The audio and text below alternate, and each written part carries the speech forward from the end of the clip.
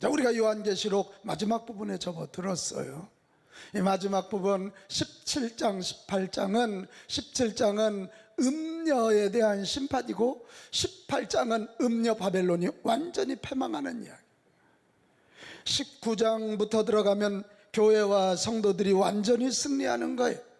그래서 어린 양 예수님과 운인잔치를 벌이고 천년왕국을 누리고 새하늘과 새 땅에서 영생복락을 누린다는 이야기로 요한계시록이 마무리가 되는 거예요. 저는 여러분, 요한계시록이 마지막을 보면 이런 생각이 들어요. 패배와 승리는 함께하는 거예요. 이기는 팀이 있으면 지는 팀이 있어요. 지는 팀이 있으면 이기는 팀이 있다니까. 요한계시록의 선언은 뭡니까? 음녀는, 세상을 통치하는 악한 자들은, 사탄은 결국은 패배하고 어린 양 예수 그리스도와 함께하는 하나님의 교회와 하나님의 백성은 반드시 승리한다.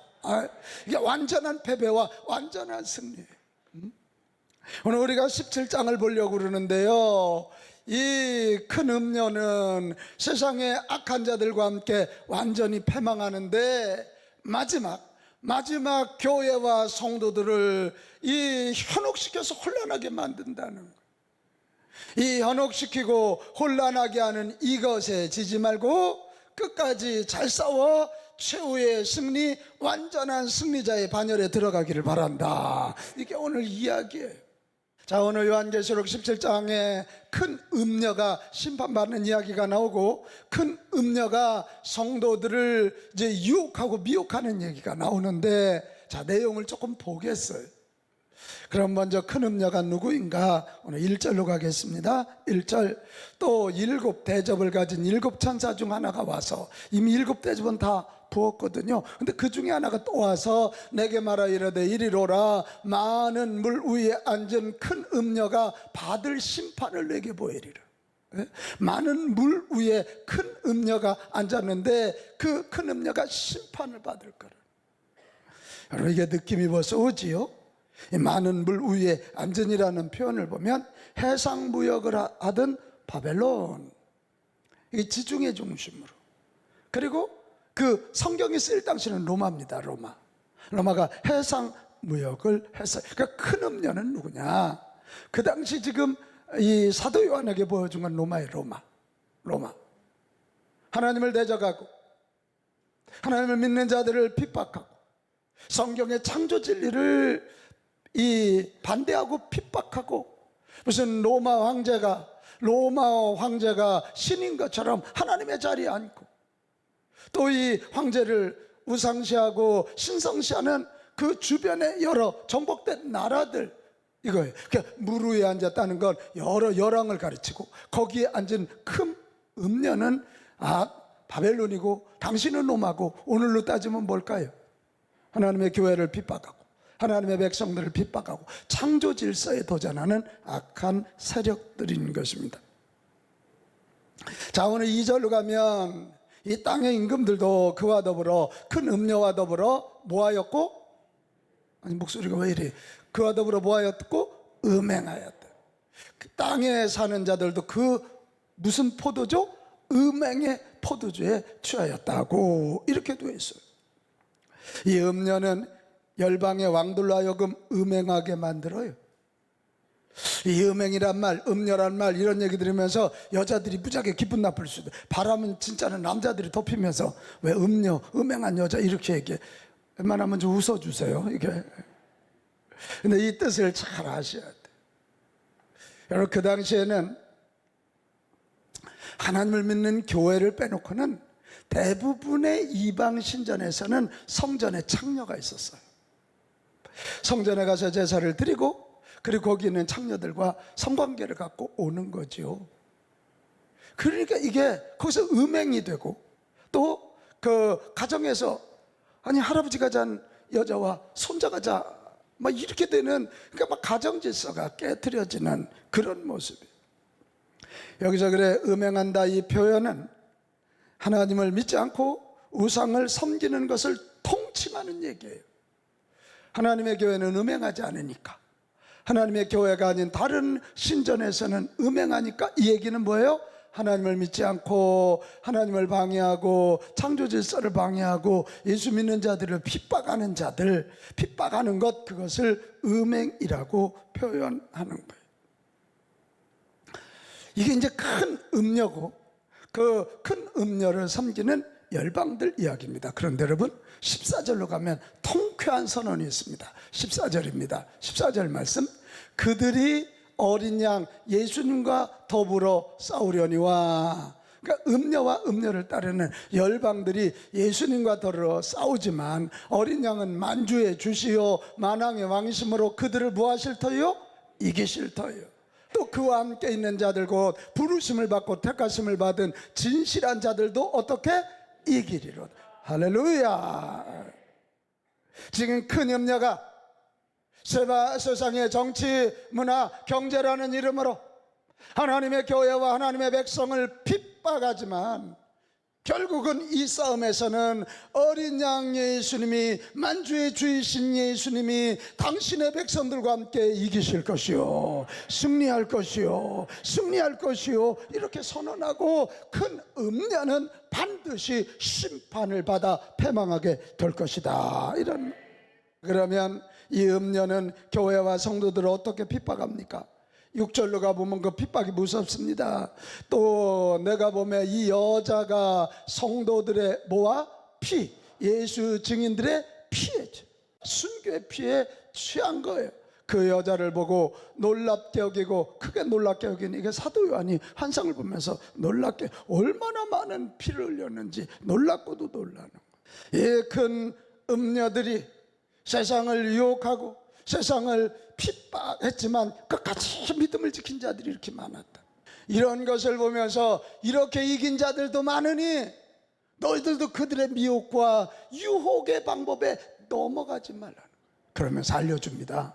큰 음녀가 열방의, 세상의 이 열왕들과 함께 교회와 성도들을 미혹하고 유혹하는 방법이 뭐냐? 딱 한마디로 같이 합시다. 현혹이란 눈에 보이게 현란한 것을 가지고 정신을 빼앗아 해야 할 것을 잊어버리게 하는 거예요. 그냥 막 눈에 찬란하고 화려하게 보여서 정신을 쏙 빼앗아가 버리는 거예요. 그 음녀는 열왕들과 함께 악한 세력들은 이 현혹해서 성도들의 눈을 가리고 교회의 눈을 가려서 결국 망하는 길로 인도한다는 거예요. 그러면서 쭉 설명해요. 큰 음녀가 현혹하는 첫 번째 방법이 뭐냐면 헷갈리게 하는 거예요. 어떻게 해요? 헷갈리게. 이것도 진짜 같고 이것도 진짜 같아. 헷갈리게만. 1절로 가면 물 위에 앉은 큰 음녀 그랬는데, 이 앉은이란 말이 중요한 말입니다. 카데마이란 말이에요. 이 앉단 말은 그냥 이렇게 텁썩하는 게 아니라 예수님이 하늘 보자 이렇게 좌정하고 계신 그때 쓰는 말이거든요. 악한 영은, 마귀 사탄은 하나님 자리에 올라가려고 그랬어요. 그래서 늘 하나님을 흉내내고 예수님을 흉내내는데 지금도 이렇게 좌정하사 예수가 아니야, 예수는 십자가에서 죽어서 내가 구세주야, 내가 이 땅의 통치자야, 그렇게 눈속임을 하고 있어. 3절로도 가면 여자라고 표현이 되어 있어요. 오늘 여자들 정신 좀 차려주세요. 예? 자기 큰 음녀, 자기를 여자로 표현하는 이유는 계시록 12장을 봐야 알아요. 이 12장은 뭐냐면 이 구세주 예수님을 이 땅에 내놓은 교회를 여자로 표현하잖아요. 예수님을 출산해 놓고 광야로 피하잖아요. 그 여자라고 되어 있어요. 그러니까 이 큰 음녀도 여인으로 등장하면서 교회가 진짜 어머니가 아니라 내가 어머니다, 이렇게 사람들을 헷갈리게 만드는 거예요. 4절로 가면 그 여자는 자줏빛과 붉은 빛 옷을 입고, 우리 예수님이 홍포를 입었다 그랬잖아요. 이 자줏빛은 왕들이 입는 거예요.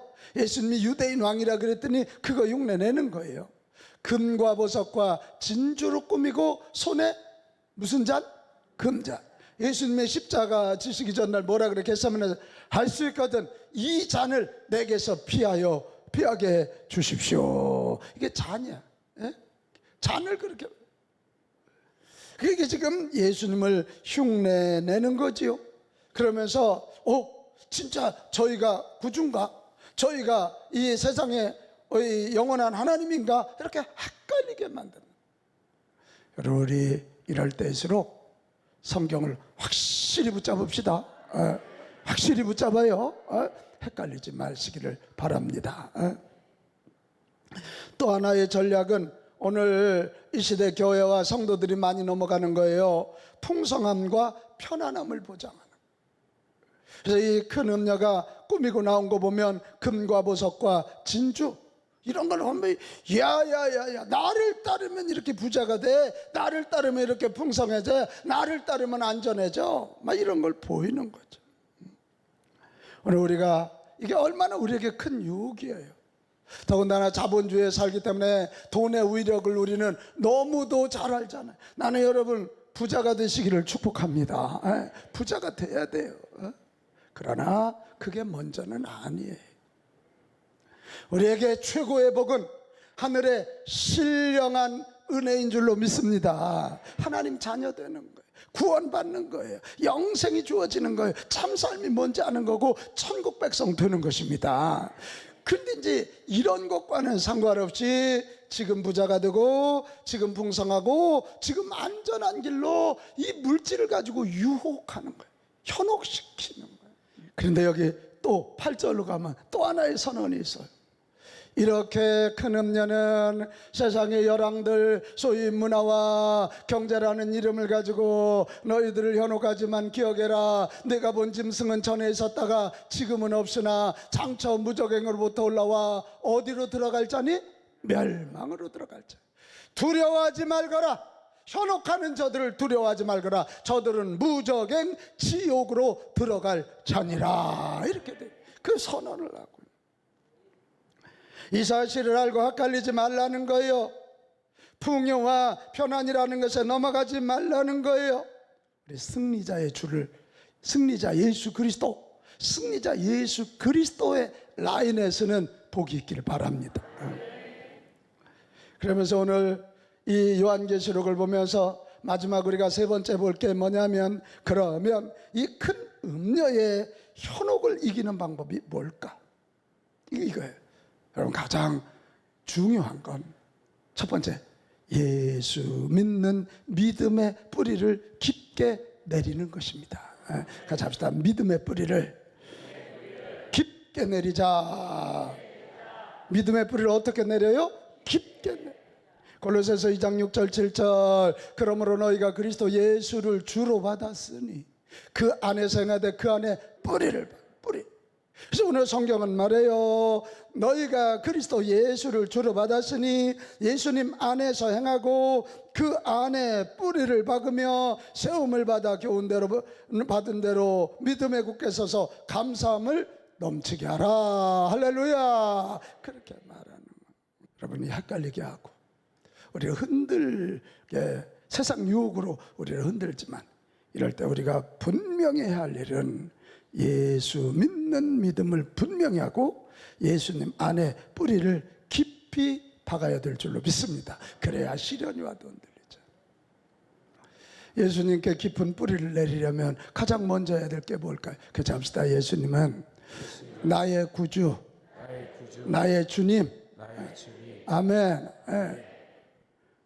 나를 죄로부터 구원하여 하나님 자녀 되게 하시는 구주예요. 십자가죠, 십자가. 근데 우리 한국교회는 여기만 머물러. 그게 뭐라 그러냐면, 죽기 전에 예수 믿고, 이런 소리를, 이 어리석은 소리를. 그런데 예수님은 십자가에서 죽으실 뿐만 아니라 다시 사셔서 거룩한 성령으로 우리와 함께 하시며 우리를 다스리시고 우리를 통치하시는 주님이시다. 이게 주님.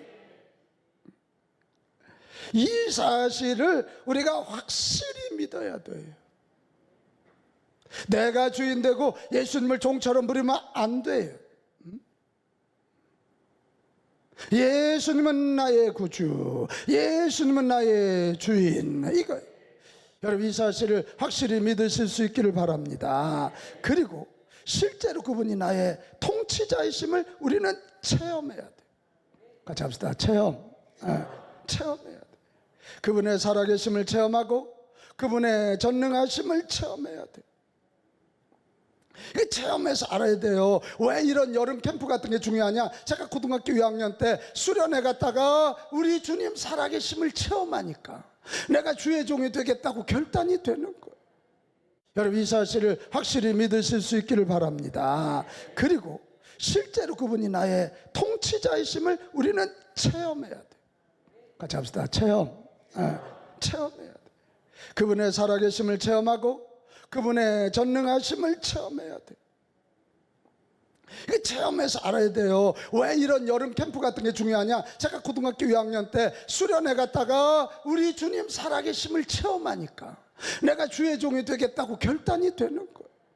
그래서 우리는 이런 걸 알아야 돼요. 고난의 때가 기도할 때고, 기도하면 하나님을 만날 수 있게 된다. 같이 합시다. 고난의 때가 예수님을 만나는 최고의 찬스입니다. 동의하십니까? 여러분, 지금 너무 질병과 싸우는 게 힘드시나요? 경제적으로 어렵고 자녀 문제, 영적으로 어려우시나요? 지금이 주님 만날 최고의 찬스인 줄 알고 그분 앞에 엎드리십시오. 그분의 살아계심을 체험하게 될 것입니다. 전능하심을 체험하게 될 것입니다. 여러분, 사랑하심을 체험하게 될 것입니다. 여러분, 바래요. 문화, 여러분의 실력, 여러분의 돈, 여러분의 건강에다 뿌리 내리지 말고 나의 구주, 나의 주인이신 예수님에게 우리 인생의 뿌리를 깊이 깊이 내립시다. 그래 현혹되지 않는데. 또 하나, 예수님에게 내 인생의 뿌리를 깊이 내렸다면 그 다음에 할 일은 뭐냐면 내 삶의 현장에서 주님을 가까이 해야 돼요. 여기서 중요한 말은 삶의 현장이에요. 같이 합시다. 삶의 현장에서 예수님을 가까이 하자. 아멘. 우리가 대개 언제 넘어지냐고요? 삶의 현장에서 일할 때 넘어져요. 직장에서 넘어지고 가정에서 넘어지잖아요. 그러니까 가정에서, 직장에서, 학교에서, 우리 지역에서 우리 주님을 가까이 해야, 아멘. 주님을 가까이 해야 우리는 큰 음녀의 악한 것들의 현혹을 이겨내고 굳건히 서서 승리의 길을 가게 될 줄로 믿습니다. 시편 73편 27절 28절을 보세요. 무릇 주를 멀리하는 자는 망하리니야. 그러니까 주님을 떠나면, 삶의 현장에서 주님을 떠나면 결국 큰 음녀에게 붙잡혀서 망해. 음녀같이 주를 떠난 자를 주께서 다 멸하셨나이다. 그 뒤에 하나님께, 시작, 하나님께 가까이함이 내게 복이라. 내가 주 여호와를 나의 피난처로 삼아 주의 모든 행적을 전파하리이다. 할렐루야, 할렐루야. 하나님을 가까이하는 게 복이다. 이렇게 돼 있어요. 삶의 현장에서 깊이 기도하세요. 그러다 주의 음성 듣고 주께서 보여주시는 환상을 보실 수 있기 바랍니다. 그럴 때 하늘의 신령한 은혜뿐만 아니라 삶의 현장에서 형통한 길도 주어질 줄로 믿습니다. 그리고 주의 음성이 들려지고 보여질 때 여러분 즉각 순종해 보십시오. 거기에 하나님의 기적이 일어날 줄로 믿습니다. 여러분, 고넬료와 베드로 이야기 아시지요? 고넬료는 이탈리아 군대 백부장이라 그랬어요. 그러니까 정복군의 군대 장교예요. 근데 이가요, 자기 집에서 온 가족과 함께 하나님을 경외하고 매일마다 기도하고 구제하기를 즐겨하는데, 자기 집에서, 교회가 아니에요, 자기 집에서 매일 기도하니까 아멘 해야 돼요. 하나님이 임하셨어요. 그에게 음성을 들려주시고 환상을 보여주셨어요. 그게 뭐냐면 저 요바에 있는 베드로를 청하라는 거였어요. 그런데 이게 동일해요. 베드로도 요바의 집에, 그 무두장이 시몬의 집에 베드로가 갔는데 기도하는데 하나님의 음성이 들려요. 그리고 환상을 보여주시는데, 내려가라, 고넬료의 집으로 내려가라 그러면서 환상, 이 정결한 자가 불결한 짐승을 잡아먹는 환상을 보여줘. 근데 베드로도 들었고 보았고 즉각 순종하잖아요. 고넬료가 보낸 사람이 찾아오니까 이게 하나님의 뜻이구나. 내려갑니다. 어떤 일이 일어나는 줄 아십니까? 우리는 해외 선교, 세계 선교 그러면 바울을 생각하지만 사실은 이 베드로와 고넬료의 만남이 이방 선교의 첫 관문입니다. 첫 관문. 이게 중요해요. 오늘도 그래요. 삶의 현장에서 여러분 깊이 기도하다 주의 음성 듣고 주님이 보여주시는 환상을 붙잡을 수 있기를 바랍니다. 나는 여기 있는 저와 여러분, 우리의 삶의 현장에서 깊은 기도와 또 즉각적인 순종을 통해서 하나님을 가까이 하는 저와 여러분 됩시다. 그래야 마귀가 한 길로 왔다가 7갈래길로 도망가게 된다는 거예요. 마지막 하나 더 있습니다. 현혹되지 않고 끝끝내 승리자 예수 그리스도의 편에 서는 방법, 이건 매우 공격적인 방법이에요. 예수 복음을 증언하시기를 바랍니다. 전하면서 내 믿음이 더 강해지는 거예요. 신기하지? 전하면서 더 강해져. 우리 교회도 사업하는 분들이 있어요. 그분 앞에 앉으면요, 우리 제품이 얼마나 좋은지 막 쫙쫙쫙 내가 다 외워. 당신 제품을 막 설명하니까 그거에 대한 믿음이 확 올라가는 거야. 여러분, 내가 믿는 예수님도 전하면 내 속에 예수 믿는 믿음이 더 분명해지는 줄로 믿습니다. 그래서 전도는 너를 위해서 하는 것 같지만 사실은 나를 위해서 하는 거예요.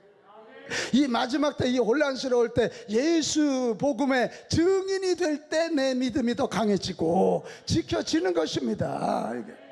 우리 이 마지막 때 믿가운 가족들은 기도 중에 여러분 오늘부터 다짐해요. 내가 기도 중에 누구누구 전도해야지 그러면 대개 한 3명 정도 마음에 올 거예요.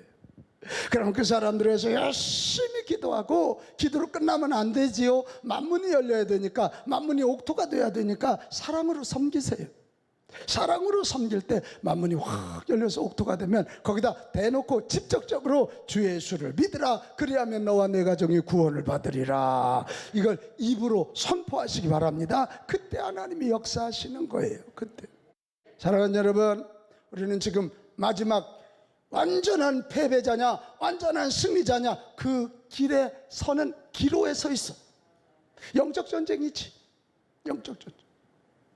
이때 괜히 조금 편하자고 패배자의 길, 세상이 좋아하는 길, 화려한 길 가다 망하는 자 없기를 바랍니다. 조금 어렵고 힘들어도 끝끝내 십자가의 길, 끝끝내 부활의 길, 끝끝내 예수의 길로 가실 수 있기를 축복합니다.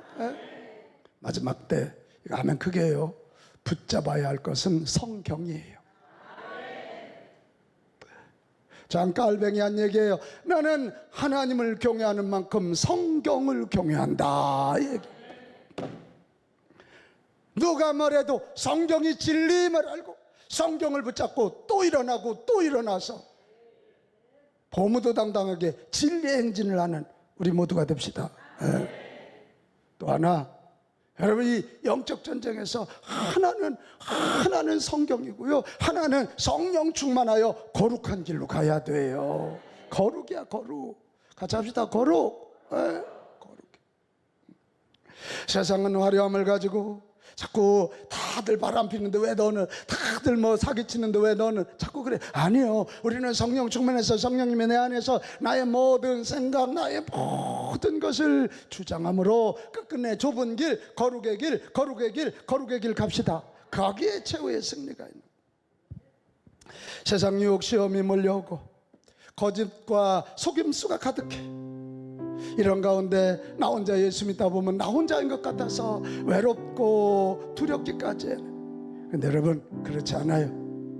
우리 주님은 당신의 종들을 먼저 보내시고 당신의 사자들을 먼저 보내시고 사람들을 보내서 우리를 도와주고 계신 줄로 믿습니다. 그리고 대신 싸워주세요. 우리가 믿고 힘껏 그분을 찬양하고 나아갈 때 우리는 주님의 능력을 더 믿게 되고, 주님의 능력을 붙잡고 영적인 싸움하면 우리는 최후의 승리자가 될 줄로 믿습니다. 여러분 이번 한 주도 음녀의 현혹에 빠지지 말고 끝끝내 예수님을 잡고 승리하시기를 주님의 이름으로 축원합니다.